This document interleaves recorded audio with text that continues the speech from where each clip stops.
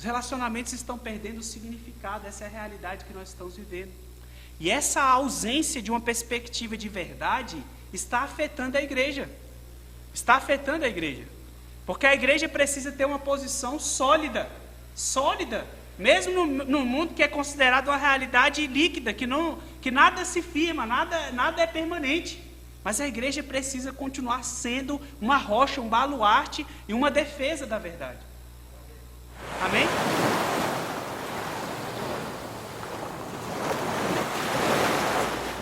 Glória a Deus, irmãos, a paz do Senhor, os irmãos aqui do Totalville.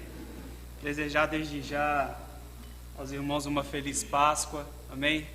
Louvar a Deus pela sua vida, que hoje pôde estar aqui ouvindo a palavra do Senhor. Agradecer a Deus pela vida dos irmãos que nos acompanham pelo YouTube.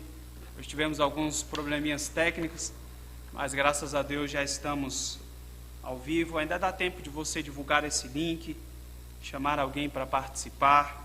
Se você ainda não é inscrito no nosso canal, inscreva-se, curta esse vídeo, amém? E graças a Deus, Deus preparou mais uma manhã para nós conversarmos um pouquinho sobre a palavra dele. Nós estamos falando sobre o tema resgatando a identidade da igreja, amém? Resgatando a identidade da igreja. Nós já falamos sobre alguns temas, e o primeiro dele nós fizemos uma reflexão a respeito da igreja atual. Já falamos sobre o posicionamento do cristão em respeito ao mundo. Na última lição, estava lá acompanhando de casa o pastor Eduardo falando a respeito da mensagem do Evangelho. E hoje nós vamos falar da doutrina cristã. Amém? Vamos falar da doutrina cristã. E aí nós vamos entender um pouquinho melhor o que é doutrina, por que a gente tem que falar de doutrina. Amém? E para nós iniciarmos, eu quero te convidar para abrir a sua Bíblia na segunda carta de Paulo a Timóteo, no capítulo 4. Segunda de Paulo a Timóteo, capítulo 4. Nós leremos alguns versículos a partir do versículo 1. Amém? Glória a Deus. Já deve estar aparecendo aí na tela para os irmãos que acompanham pelo YouTube, tá?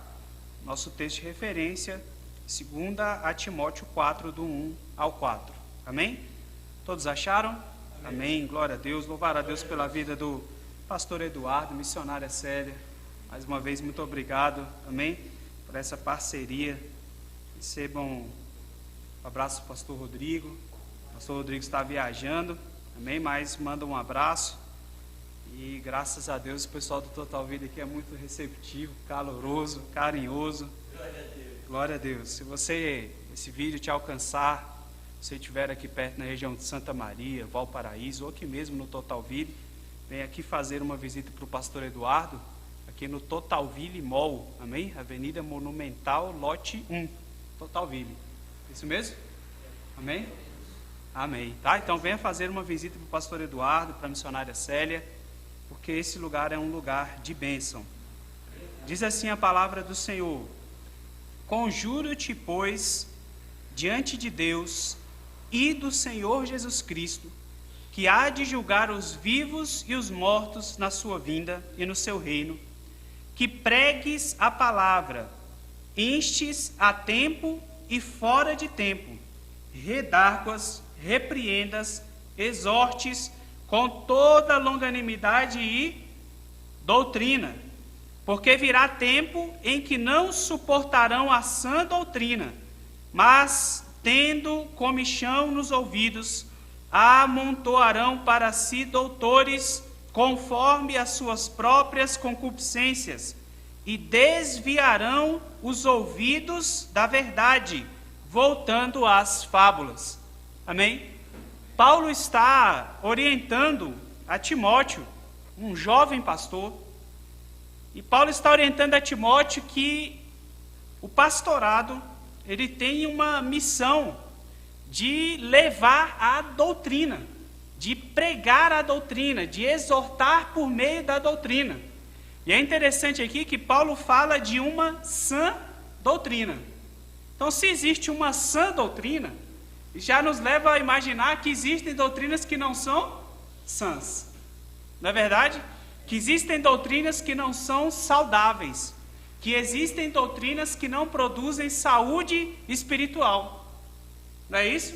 Então Paulo está dizendo, olha, vai chegar um tempo em que ele não está falando do mundo, tá? Ele está falando da igreja. Vai chegar um tempo em que os crentes, não é o mundo nunca suportou a sã doutrina. O que ele está dizendo é, vai chegar um tempo em que os crentes, os filhos de Deus, não suportarão a sã doutrina. Não suportarão a sã doutrina. Amém? E é sobre isso que nós vamos falar nessa manhã. Então, o que é doutrina? O que é doutrina? Primeiro, doutrina é um ensinamento básico. Básico é o quê? O que está na base, não é? Básico é o que está na base. Doutrina é um ensinamento ou um princípio básico. Básico é aquilo que você vai construir em cima dele, não é verdade? Mas a doutrina também é o conjunto de conhecimentos. Isso se chama doutrina, amém? Um conjunto de conhecimentos a gente chama de doutrina. E o que é a doutrina cristã, então? A doutrina cristã é o conjunto de conhecimentos que dá forma à fé cristã. Ah, isso existe? Eu achei que cada um era de um jeito, cada um tinha uma fé de um jeito. Existe um conjunto de conhecimentos que dão forma a uma fé cristã bíblica. E esse conjunto de conhecimentos que dão forma à fé, nós chamamos de doutrina. Amém? É um conjunto de conhecimentos que dão forma à fé cristã. Para que existe doutrina? Para quê? Só para cansar a gente, doutrina? Porque estudar doutrina nem sempre é tão agradável assim. Tem doutrinas difíceis de entender. Mas que se você não entende, provavelmente você vai ter uma vida cristã deficiente em algum aspecto. Então, para que existe doutrina? Primeiro, para guiar a prática cristã. Para que existe doutrina? Para que Paulo escrevia cartas? Era para as igrejas terem... Para que Paulo escreveu a carta aos romanos, aos coríntios? Era só para a igreja ter um tratado teológico, onde eles poderiam debater teologia. Não, qual é o objetivo da doutrina? É guiar a prática. Guiar a prática. Ah, significa que quem tem uma boa doutrina vai ter uma boa prática? Não necessariamente. Tem gente que tem toda a doutrina, mas não tem nenhuma prática.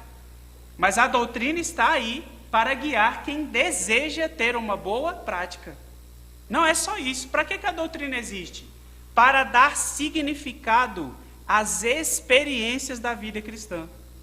Por quê? Porque você vai aceitar Jesus, você vai começar a experimentar uma vida com Deus. E nessa vida com Deus, você vai encontrar dificuldades, você vai encontrar momentos de uma provisão sobrenatural de Deus, você vai viver milagres, você vai presenciar paz em meio às dificuldades, em meio às trevas. Para que existe a doutrina? Para dar significado a essas experiências. Para que nós compreendamos, para que nós consigamos entender essas experiências de uma forma adequada. Os irmãos entendem? Então, tem muita gente que se embanana e que confunde as coisas, arruma problema, confusão. Por quê?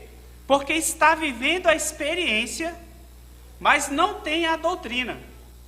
E às vezes ela não consegue dar um significado adequado para aquela experiência que ela está vivendo. Ou em outras situações, a pessoa não age de acordo com o que é esperado de um cristão. Talvez por não possuir o conhecimento do que é necessário naquele momento. Então, por que nós precisamos de doutrina? Primeiro, porque a doutrina é muito importante nas Escrituras. Doutrina é uma coisa importante na Bíblia. Por que nós temos um Novo Testamento, por exemplo, na Bíblia? Por que nós temos um Novo Testamento? Porque os apóstolos se importaram e se preocuparam em preservar uma doutrina. É por isso que você tem cartas registradas, organizadas, compiladas. Por quê? Porque os apóstolos tinham uma preocupação.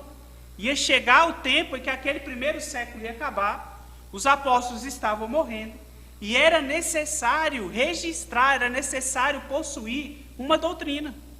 Era necessário possuir um corpo de conhecimento. Então, nós temos enfrentado muitos problemas hoje, justamente pelo desprezo dos crentes mesmo, pelo conhecimento da doutrina, pelo conhecimento do que Deus espera de mim. Nós temos tido muitos problemas nesse sentido. Qual é a fonte da doutrina cristã? De onde que vem a doutrina cristã? Nós obtemos a nossa fonte de doutrina na Bíblia. De onde vem a doutrina cristã? Da Bíblia. Da Bíblia. Ela é a fonte da nossa doutrina. Nossa doutrina, basicamente, é interpretar as Escrituras e entender o que as Escrituras têm a dizer a respeito de cada coisa. É isso que nós fazemos. As Escrituras são a fonte da nossa doutrina. Nós olhamos para as Escrituras e é dela que nós queremos obter o guia para o nosso caminho, mas também é dela que nós esperamos significado para as experiências que nós estamos vivendo. Ah, por que o crente sofre? Será que Deus está me castigando? Pode ser. Pode ser que Deus esteja te castigando. Será que Deus está me provando? Pode ser.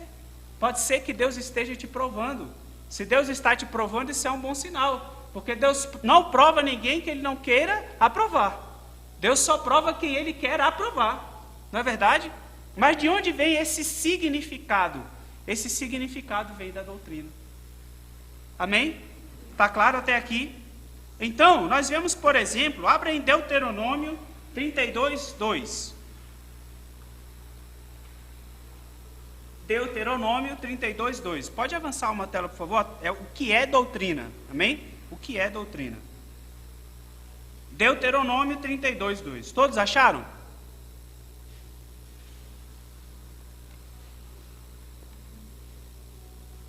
Diz assim a palavra do Senhor. Capítulo 32 de Deuteronômio é um cântico de Moisés. Amém? Moisés, aquele que tirou o povo do Egito. E olha o que ele diz lá no versículo 2. Goteje a minha doutrina como a chuva. Destile a minha palavra como orvalho, como chuvisco sobre a erva e como gotas de água sobre a relva. Moisés transmitiu ao povo uma doutrina. Moisés transmitiu ao povo um conjunto de ensinamentos. Amém? Depois, Evangelho de João, capítulo 7, versículo 16. João 7,16. Diz assim a palavra do Senhor. Jesus lhes respondeu e disse: a minha doutrina não é minha, mas daquele que me enviou. Então, Jesus está dizendo claramente que ele estava transmitindo uma doutrina. Jesus estava transmitindo um conjunto de conhecimentos. A gente pensa sempre no ministério de Jesus. Geralmente, o que a gente pensa? Quando a gente pensa no ministério de Jesus? Jesus curando o cego de Jericó, a mulher do fluxo de sangue, Jesus andando sobre as águas, Jesus acalmando a tempestade. Nós pensamos geralmente nos milagres, não é verdade? Mas a maior parte do ministério de Jesus foi ensinar. A maior parte do ministério de Jesus era mandar o povo sentar. Quando Jesus mandava o povo sentar, o povo sabia que quem estava falando era um mestre. E aquele mestre ia ensinar naquele momento. É por isso que Jesus mandava o povo sentar. Lá no Sermão do Monte. O que é o Sermão do Monte? É a doutrina de Jesus. É o ensinamento de Jesus. Jesus está transmitindo conhecimento para o povo. Jesus está transmitindo graça, sim, mas Jesus está transmitindo graça através daquele conhecimento que ele está passando. O que Jesus nos diz? Ide por todo mundo, pregar o evangelho a toda criatura, lá no evangelho de Mateus, ensinando-os a guardar todas essas coisas que eu vos tenho ensinado. Por quê? Porque o evangelho é uma doutrina. É uma doutrina. Quando você entrega um folheto para alguém, você diz: Jesus te ama. Amém. Isso é bom, porque isso quebra o gelo. Isso pode ser uma primeira aproximação. Mas você ainda não pregou o evangelho para essa pessoa. Você ainda não pregou o evangelho para essa pessoa. Por quê? Porque o evangelho precisa ser ensinado. Quem chega na igreja tem que aprender o que é o evangelho. É a primeira coisa, né? A Por isso que nós temos classes de discipulado. Cheguei aqui, o pastor Eduardo e a missionária Célia estavam ministrando discipulado. Lá na Delago, domingo, 5 horas, discipulado. Por quê? Porque o evangelho se aprende. Se aprende, o evangelho é para ser aprendido. O evangelho não é um negócio que Deus manda um fax do céu, fax, né? Um e-mail do céu, um WhatsApp do céu, e que chega na sua cabeça assim, pronto, aprendi o evangelho. Não é assim. Alguém precisa te ensinar a doutrina. Alguém precisa te ensinar o caminho, para que você ande no caminho adequado. Aí a importância do discipulado. É que alguém precisa te ensinar o evangelho. Quando eu cheguei na igreja eu não sabia nada. Meu Deus, não sabia de nada, perdido. Alguém teve que me ensinar a orar. Não sabia orar. Alguém teve que me ensinar a manusear a Bíblia. Não sabia nada. Meu Deus, onde que é isso? Abacuque, que nome é esse, Jesus? Não é verdade? Não é assim que a gente se sente? Abacuque, meu Deus, o que é isso? Alguém precisa ensinar para a gente. E essa é a importância da doutrina. A importância da doutrina é que ela nos guia para uma boa prática. E ela dá sentido às nossas experiências. Então Moisés transmitiu uma doutrina. Jesus transmitiu uma doutrina. Agora olha em Atos 2:42. Atos 2:42. E perseveravam na doutrina dos apóstolos, e na comunhão, e no partir do pão, e nas orações. Então veja, Moisés transmitiu uma doutrina, Jesus transmitiu uma doutrina, e os apóstolos estão transmitindo uma doutrina, eles estão transmitindo um ensinamento. Se eu não me engano, é Efésios 2:20, que diz que a base dessa doutrina dos apóstolos é Jesus, que é a pedra angular. Então veja que doutrina é importante. Nós pensamos em Paulo, por exemplo. O que a gente pensa em Paulo? A gente pensa em Paulo como aquele herói da fé que naufragou, mas sobreviveu, que apanhou, e ele realmente era tudo isso. Mas a maior parte do ministério de Paulo era ensinar. Paulo chegava em algum lugar, ia primeiro para a sinagoga. Por quê? É um princípio bíblico. Porque o evangelho é primeiro para os judeus. Então Paulo, o primeiro lugar que ele ia na cidade era onde? A sinagoga. Chegava na cidade, pregava. Só que a Bíblia diz que Paulo debatia a respeito da doutrina. Por quê? Nós temos um problema, principalmente nós, os pentecostais. Eu posso bater em nós porque estou batendo em mim também, né? Às vezes a gente bate muito nos outros, né? Mas nós temos um problema. Nós desprezamos muito o aspecto intelectual da fé. Sabe por quê? As maiores batalhas da sua vida vão ser vividas dentro da sua mente. Porque Satanás, nem de longe, é o seu pior inimigo. Nunca foi nem nunca será. Seu pior inimigo se chama pecado. E o seu pior inimigo age dentro de você. E nós não podemos desprezar o aspecto intelectual da fé. Por quê? Como é que a mensagem do evangelho chegou a você? Por convencimento. É por convencimento. Ou você estava sentado na igreja no dia que fizeram o apelo, o Espírito Santo te levantou, na hora você foi flutuando até o altar e aceitou Jesus. Não foi assim. Foi por meio do convencimento, ou seja, existe um aspecto intelectual na fé. Não é verdade? Você ouviu a mensagem do evangelho, você entendeu a mensagem do evangelho e você creu na mensagem do evangelho. Então, a doutrina é importante? É. E os apóstolos sabiam disso? Sim. Por isso que eles escreviam cartas. Paulo escreve aos Tessalonicenses: gente, não se preocupe, o arrebatamento ainda não aconteceu. Por quê? Porque tinha alguém na igreja dizendo que tinha acontecido. Alguém na igreja estava dizendo: não existe ressurreição. Paulo escreve aos Coríntios: existe ressurreição. Os mortos vão ser transformados. Essa é a importância da doutrina. Essa é a importância da doutrina. Então nós vemos Moisés com uma doutrina, Jesus tem uma doutrina, os apóstolos têm uma doutrina que é baseada em Cristo. Hoje nós vivemos e seguimos a doutrina dos apóstolos. A doutrina que eles deixaram é a mesma que nós vivemos até hoje. Quem decodificou o que era graça? Foi Paulo. A graça está em todo lugar nas Escrituras. Nós vemos a graça nos evangelhos o tempo todo. Mas quem transformou a graça numa doutrina foi Paulo. Paulo, pela inspiração do Espírito Santo, ele decodificou a graça em uma doutrina que nós conseguimos compreender. Amém? Viu como doutrina é importante? Não é uma coisa importante, doutrina? Doutrina é uma coisa importante. Sabe por quê? Porque uma igreja que não sabe em que acredita, está perdida. Está perdida. Uma igreja que não sabe em que acredita. Nós temos hoje igrejas, nós temos muitos crentes hoje, que ele não sabe em que acredita. A vida dele está baseada na experiência somente, na emoção. Só no vir aqui, no sentir, isso é maravilhoso. Mas quando você tem doutrina, essas coisas ganham um significado muito maior. Você vê o agir de Deus, você entende isso de outra forma. Você entende o dom de outra forma, você entende a profecia de outra forma. Por quê? Porque você tem doutrina. Amém? Vamos avançar. Por que nós precisamos, então? Eu disse para vocês, texto de referência que nós lemos, lá em 2 Timóteo, que existe uma sã doutrina. Não é verdade? E por que nós precisamos aprender esta sã doutrina? Primeiro, porque existem doutrinas que não vêm de Deus, mas que são pregadas na igreja.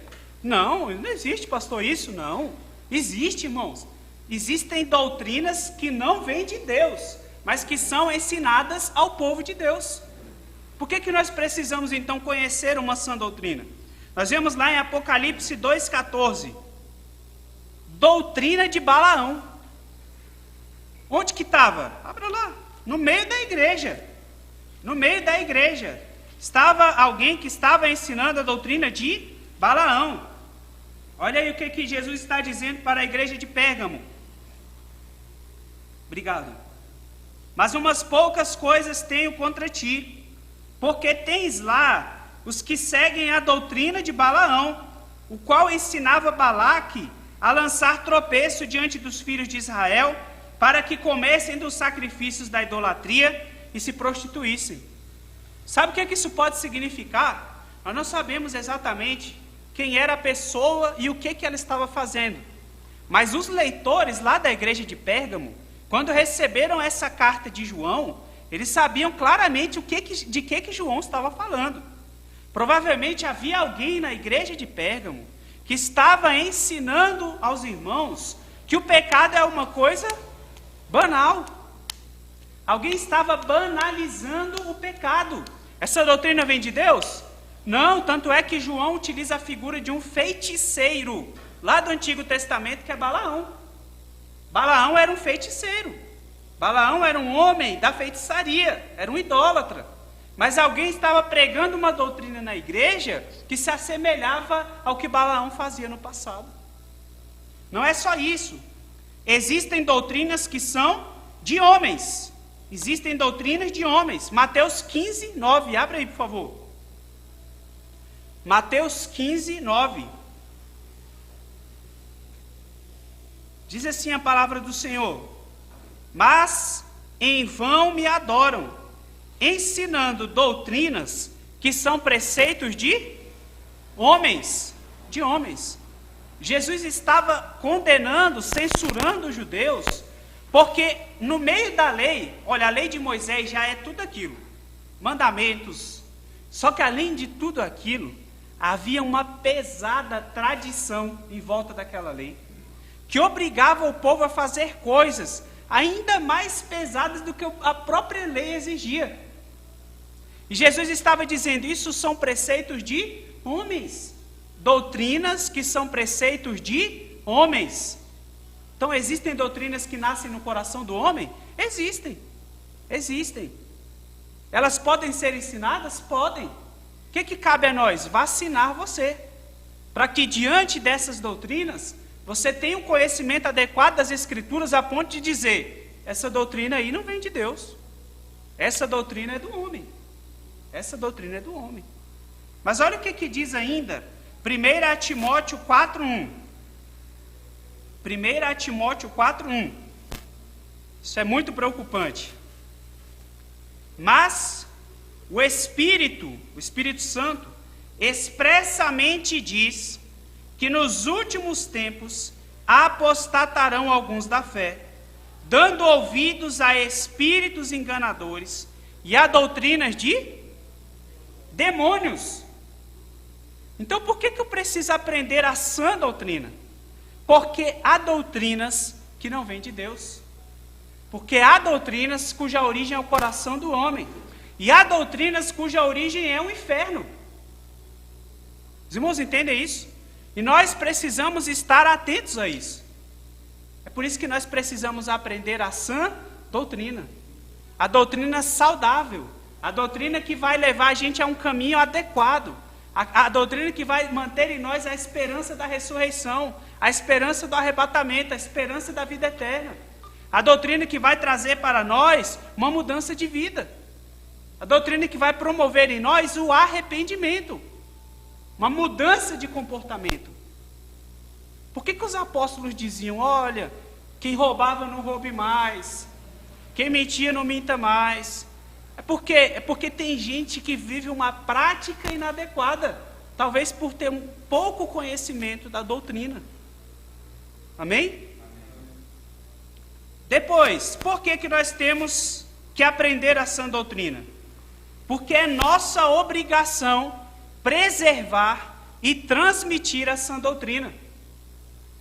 Como é que a doutrina chegou até os nossos dias? Hoje nós temos livros. Hoje nós temos a internet. Hoje a informação está em todo lugar. Mas para a doutrina chegar até aqui, para a doutrina chegar até a era da informação, muita gente teve que sofrer em favor da verdade.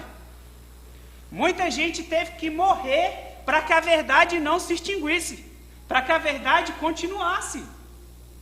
Porque nós temos uma obrigação com a próxima geração de crentes, se é que vai existir uma próxima geração. Eu nem sei se Jesus já não vai voltar agora nessa geração. Quanta gente tem sonhado com a volta de Jesus? Sexta-feira à noite eu estava conversando com uma pessoa, o meu discipulador, a pessoa que me ensinou os princípios da doutrina. E ele me dizia, eu tive um sonho. Nesse sonho eu ouvia muitos gritos, mas de repente eu saía do chão, atravessava a laje, Jesus estava voltando. Quantas pessoas eu tenho ouvido tendo esse sonho? Jesus está voltando. Mas se Jesus não voltar na nossa geração, nós ainda temos uma obrigação com a próxima geração, que é transmitir para eles uma sã doutrina. A igreja desta geração tem esta obrigação de transmitir à próxima geração uma doutrina santa. Porque quando esse elo se quebra, é muito difícil restaurar. É muito difícil restaurar a doutrina numa igreja que já abriu mão da doutrina, que já abriu mão da palavra de Deus, que já abriu mão de um conhecimento bíblico adequado. Vai ser muito difícil. Vai ser muito difícil. Nós falaremos um pouquinho mais sobre isso aqui no final. Então, olha o que Paulo diz a Tito. Tito 1:9. Tito 1:9, carta de Paulo a Tito 1:9.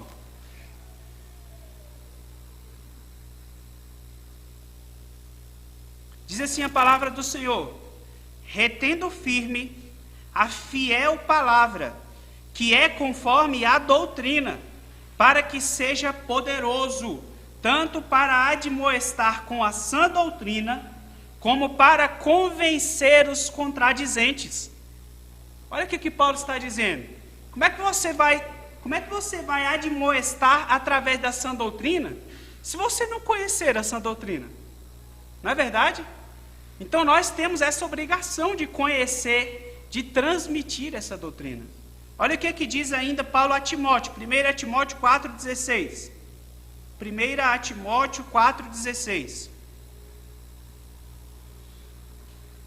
Olha o que Paulo diz a Timóteo: tem cuidado de ti mesmo e da doutrina, persevera nestas coisas, porque fazendo isto te salvarás, tanto a ti mesmo como aos que te ouvem. O que Paulo está dizendo ao jovem Timóteo? Timóteo, não cuide apenas de você, tenha cuidado da doutrina, porque a doutrina precisa ser defendida, porque há momentos em que a verdade precisa ser defendida. Há momentos em que a igreja precisa se posicionar em favor da verdade. E nossa obrigação é preservar a doutrina. Depois, Romanos 16, 17. Romanos 16, 17. E rogo-vos, irmãos, que noteis os que promovem dissensões e escândalos contra a doutrina que aprendestes. Desviai-vos deles. Olha o que Paulo... Para Paulo, a questão é tão séria que quem promove dissensões contra a doutrina, os irmãos não devem nem ter contato com essa pessoa. Para Paulo, a visão é essa. Porque qual é o medo de Paulo? É que esse contato promova o apodrecimento da doutrina que já está cimentada no coração dos irmãos. Amém? Estão me acompanhando até aqui? Amém. O objetivo dessa aula, você que nos acompanha pelo YouTube, é justamente refletir sobre a importância da doutrina. Nós não estamos falando de nenhuma doutrina aqui. Talvez um dia, pastor, nós podemos fazer como nós já fizemos há um tempo atrás, pegar a declaração de fé das Assembleias de Deus. Nós temos um documento que resume nossa doutrina. Pegar esse documento e estudar esse documento, como nós já fizemos. Estudar o que a igreja pensa sobre Deus. Quem é o Espírito Santo? O que é a Trindade? Nós temos um corpo de doutrina que nós precisamos preservar. Né? Hoje nós falamos de ressurreição. Mas a ressurreição foi a doutrina mais difícil de a igreja preservar.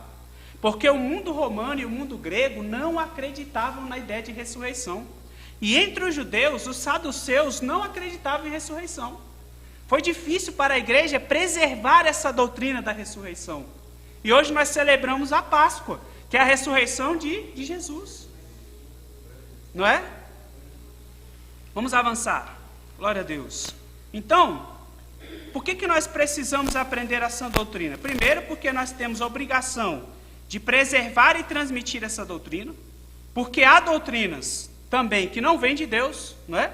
Como nós vimos aqui, há doutrinas que podem vir até de demônios. Há doutrinas que vêm do mal, que vêm do inferno. E que são perigosas para a igreja. Amém? Vamos avançar. Eu trouxe aqui mais uma vez algumas manchetes, tá? Para os irmãos, depois se você quiser assistir no YouTube, tem ali as fontes, tá? Eu gosto de trazer essas coisas, por quê? Porque às vezes a gente está só dentro da igreja, a gente não percebe os movimentos que estão acontecendo no mundo, sabe? O que está acontecendo nesse mundo? Então eu vou ler algumas manchetes para vocês perceberem como nós estamos vivendo num momento em que a igreja está perdendo identidade também na doutrina. Também na doutrina. Olha só. Fonte, essa é uma reportagem do El País, aquele site espanhol. Evangélicos progressistas reagem contra a homofobia de pastores e ensaiam o avanço na política. Então, o que acontece? Essas pessoas aqui, na grande mídia, como é que elas são mostradas? Como heróis, como revolucionários, dentro de um ambiente de fanáticos, de extremistas, que é como eles nos veem. Então, a pessoa que se posiciona a favor do homossexualismo dentro da igreja, então ele passa a ser visto como um herói. Nosso posicionamento qual é? A igreja está aberta para todos. A igreja não está fechada para ninguém. Mas a mensagem do Evangelho é essencialmente uma mensagem de transformação.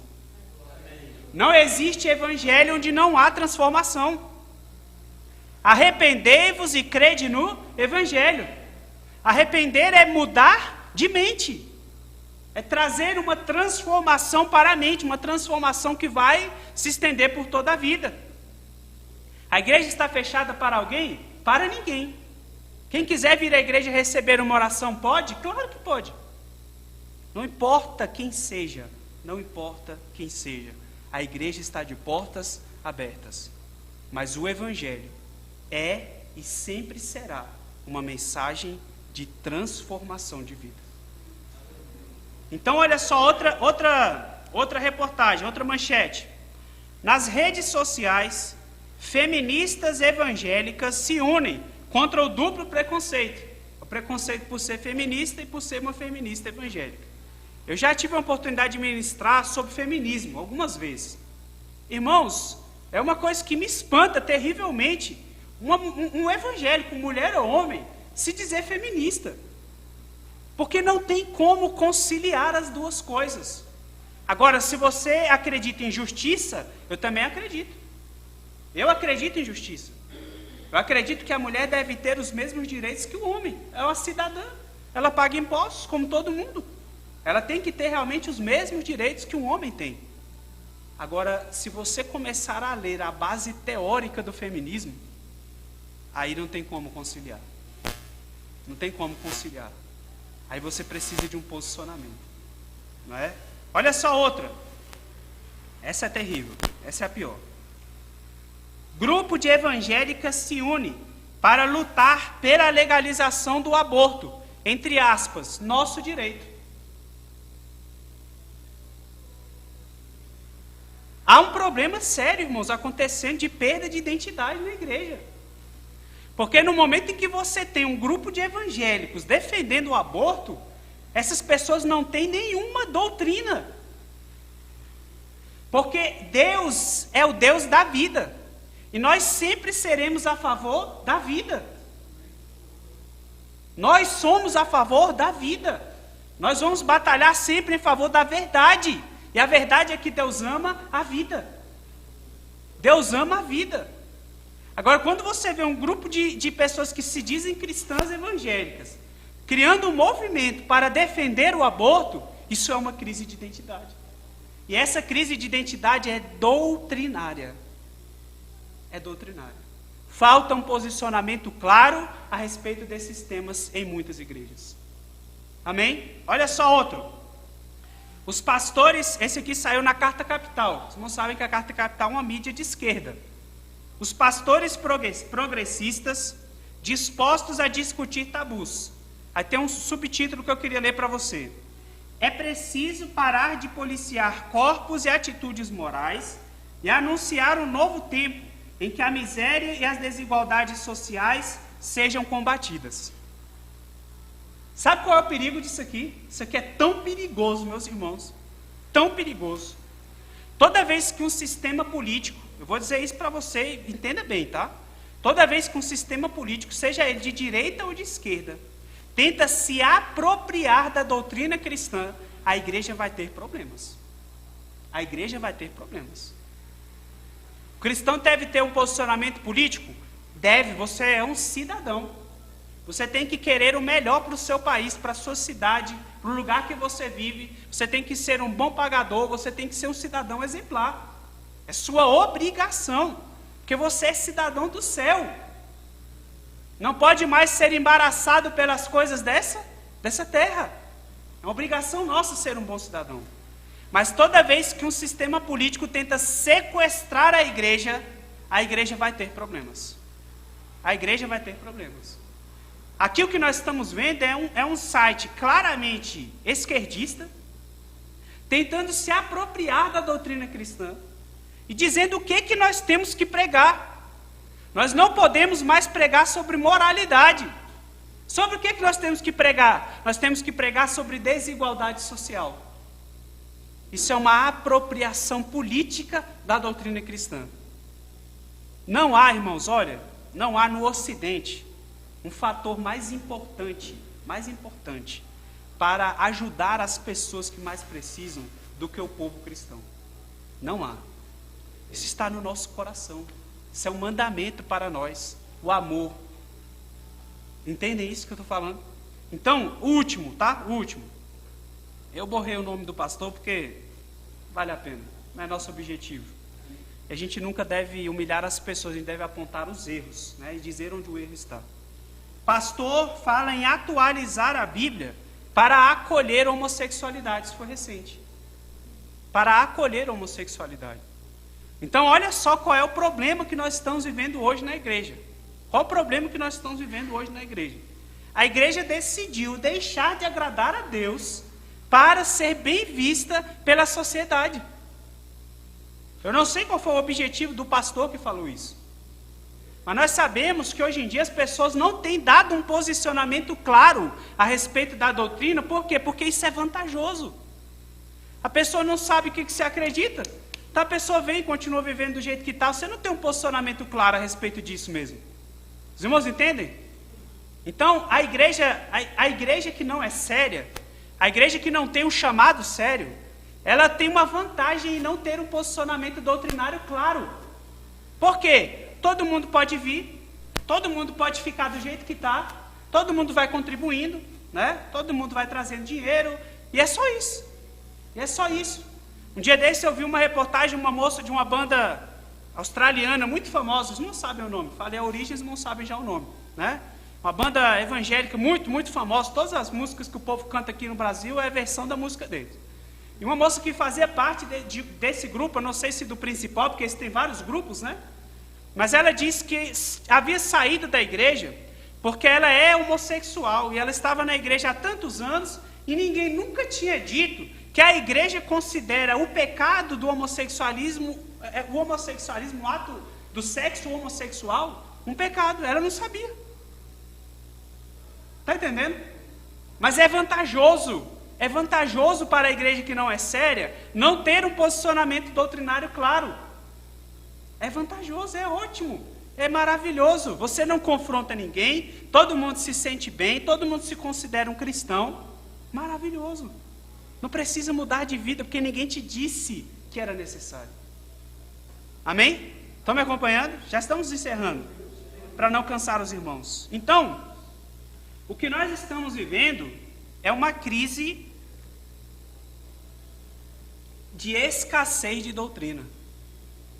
Em todas as igrejas não, nós temos igrejas muito sérias, que levam a doutrina a sério. Mas se você pensa no mundo evangélico como um todo, aí nós estamos realmente vivendo uma crise de escassez de doutrina. O que causa essa crise? Primeira coisa, tá? Falta de zelo dos líderes pela doutrina.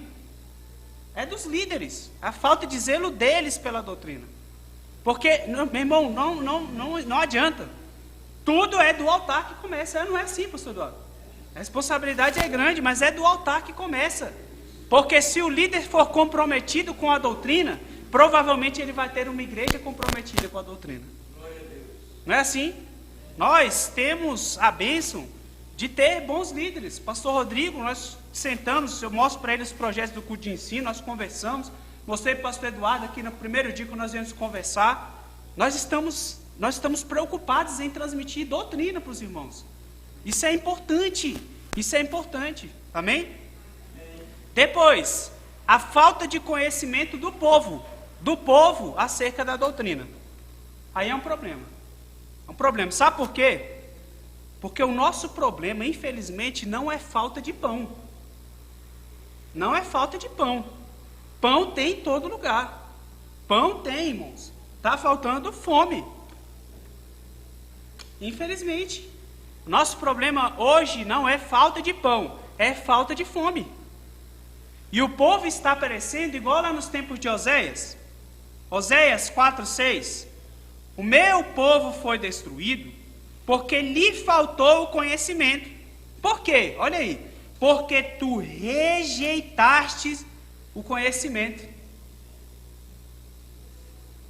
Amém?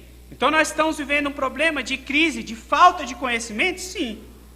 Mas a falta de conhecimento se dá por falta de desejo de conhecer. Depois, o desejo dos liberais de conformar a igreja ao mundo. Nós temos hoje um grupo de teologia liberal, de teologia progressista. Qual é o objetivo dessa teologia? É pegar a igreja e fazer a igreja se encaixar nesse mundo. Fazer tudo dar bem certinho. Isso está acontecendo. Depois, uma visão comercial de igreja. Nós estamos vivendo esse tempo. Em que a igreja tem sido vista como uma empresa, uma espécie de empresa, né? Então eu tenho que fazer alguma coisa para me diferenciar do meu concorrente. Tem gente que está pensando assim, irmãos. Eu tenho que fazer alguma coisa para me diferenciar do meu concorrente. Não importa se eu vou errar. Não importa se está certo. O importante é que dê certo. Está entendendo? E existe uma grande diferença entre o que é certo e o que dá certo. Amém? Então, as igrejas estão vivendo esse momento em que há uma visão comercial de igreja. Muitas pessoas querem ir à igreja como se a igreja fosse um prestador de serviços espirituais. Eu chego na igreja, é verdade. Como se aqui fosse um prestador de serviço.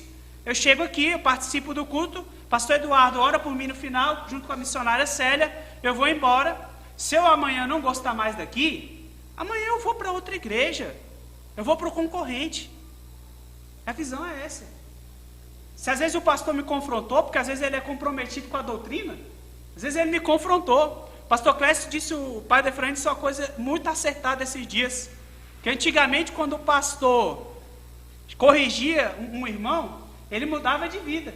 Agora ele muda de igreja, e é verdade isso. Isso é verdade. Por quê? Porque nós aprendemos a ter uma visão comercial de igreja, de evangelho. Aqui é um prestador de serviço, se eu não gostar, o som não ficou legal hoje. Hoje não estava do jeito que eu gosto. Hoje não tinha isso, não tinha aquilo, eu vou embora. Porque igreja não é mais família. A igreja não é mais família de Deus, povo de Deus, compromisso. Não é verdade? É o prestador de serviços espirituais. Você vem aqui, recebe o serviço, aí sua obrigação é o quê? Na mente de quem pensa assim, pagar por meio do dízimo e da oferta. Está entendendo? E por último, a influência da pós-modernidade.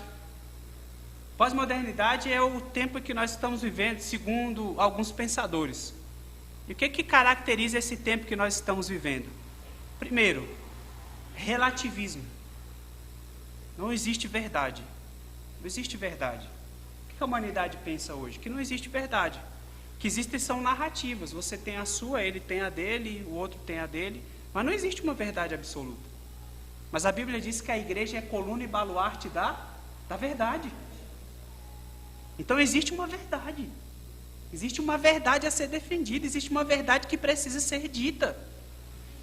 Só que custa caro dizer a verdade. Custa caro dizer a verdade. Não é? Depois, nós temos o tempo onde os relacionamentos são chamados de relacionamentos líquidos. Na verdade, a realidade é assim. Nada é fixo, nada é permanente, tudo é rápido. Tudo é rápido, não existem mais relacionamentos, as pessoas estão tendo dificuldade de estabelecer relacionamentos. Antigamente você queria namorar alguém, você ia para a igreja, você ia cortejar devagarinho, conversar, não é assim, não é devagar. Hoje em dia não, é por um aplicativo. Os relacionamentos estão perdendo o significado, essa é a realidade que nós estamos vivendo. E essa ausência de uma perspectiva de verdade está afetando a igreja. Está afetando a igreja. Porque a igreja precisa ter uma posição sólida. Sólida. Mesmo no mundo que é considerado uma realidade líquida, que nada se firma, nada é permanente. Mas a igreja precisa continuar sendo uma rocha, um baluarte e uma defesa da verdade. Amém? Para encerrar, eu queria ler com vocês um texto que se encontra em Atos dos Apóstolos, capítulo 5, a partir do versículo 25. Nós estamos terminando um pouquinho mais tarde, porque hoje nós precisamos atrasar um pouquinho para iniciar. Diz assim a palavra do Senhor. E chegando anunciou-lhes dizendo: Eis que os homens que encerrastes na prisão estão no templo e ensinam ao povo. Então foi o capitão com os servidores e os trouxe, não com violência, porque temiam ser apedrejados pelo povo. E trazendo-os, apresentaram ao conselho. E o sumo sacerdote os interrogou, dizendo: Não vos admoestamos nós expressamente, que não ensinasseis nesse nome? E eis que encheste Jerusalém dessa vossa doutrina, e quereis lançar sobre nós o sangue desse homem. Porém, respondendo Pedro e os apóstolos disseram: Mais importa obedecer a Deus do que aos homens. Guarde essa palavra no seu coração. Fica essa semana com a coragem desses homens. Eles já haviam sido açoitados da primeira vez. Soltaram eles e disseram: pare de pregar, pare de ensinar essa doutrina, pare de falar nesse nome de Jesus. Onde é que eles estavam de novo? No templo, ensinando ao povo. Porque importa mais obedecer a Deus do que aos homens. Amém? Me permita orar por você nessa manhã. Amado Deus, nós te damos graças em nome de Jesus por essa manhã que o Senhor nos deu na tua presença. Obrigado pela vida do pastor Eduardo, obrigado pela vida da missionária Célia. Obrigado pelos irmãos do Total Ville que nos recebem com tanto carinho. Obrigado pelos irmãos que nos acompanham nesse momento pelo YouTube. Pai, eu te peço em nome de Jesus que o Senhor venha despertar em nossos corações um desejo pela sã doutrina, um desejo pela verdade, um desejo, Senhor, por ter um posicionamento firme diante desse mundo que relativiza tudo, Senhor, mas que nós possamos ainda, nesse século, ser coluna e baluarte da verdade, Senhor. É o que nós te pedimos em nome de Jesus, em nome de Jesus. Amém.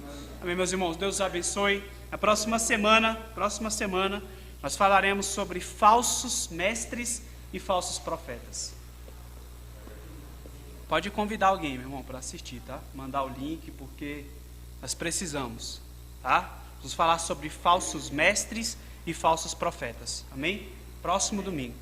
Deus abençoe a vida dos irmãos. Vou chamar aqui o pastor Eduardo para fazer o encerramento.